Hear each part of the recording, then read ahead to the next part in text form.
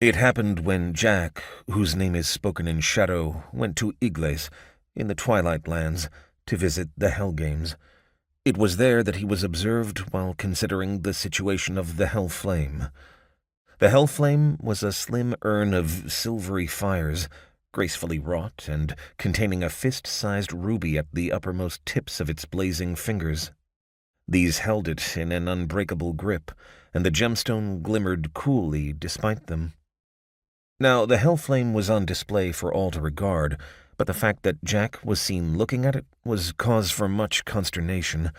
Newly arrived in Igles, he was first noticed while passing amid lanterns, in line with the other onlookers who were moving through the open-sided display pavilion. He was recognized by Smage and Quasar, who had left their places of power to come to compete for the trophy. They immediately moved to report him to the games master. Smage shifted his weight from foot to foot and tugged at his mustache until the tears rose in his squarish eyes and he began to blink. He stared up at his giant companion, Quasar, hair, eyes, flesh, all of a uniform gray, rather than regard the colorful bulk of Benoni, the games master, whose will was law in this place. "What do you two want?" he inquired. Smage continued to stare and blink, until Quasar finally spoke in his flute-like fashion. "We have information for you," he said. "I hear you. Tell it," replied Benoni. "We have recognized one whose presence here should be cause for some concern." "Who?" "We must move near to a light before I may tell you."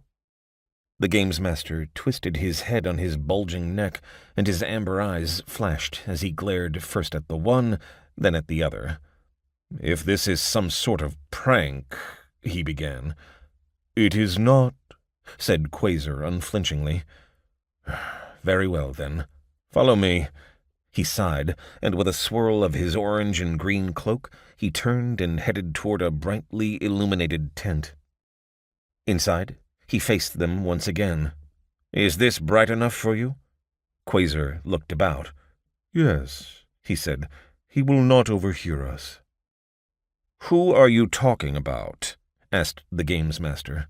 "Do you know of one called Jack, who always hears his name if it is spoken in shadows?" "Jack of Shadows, the thief?" "Yes, I've heard stories." "That is why we wished to speak with you in a brightly lit place. He is here. Smage and I saw him only a few minutes ago. He was studying the Hell Flame." "Oh my." The games master's eyes were wide, and his mouth remained open after the exclamation. "He'll steal it," he said. Smage stopped touching his mustache long enough to nod several times. "And we're here to try to win it," he blurted. "We can't if it is stolen.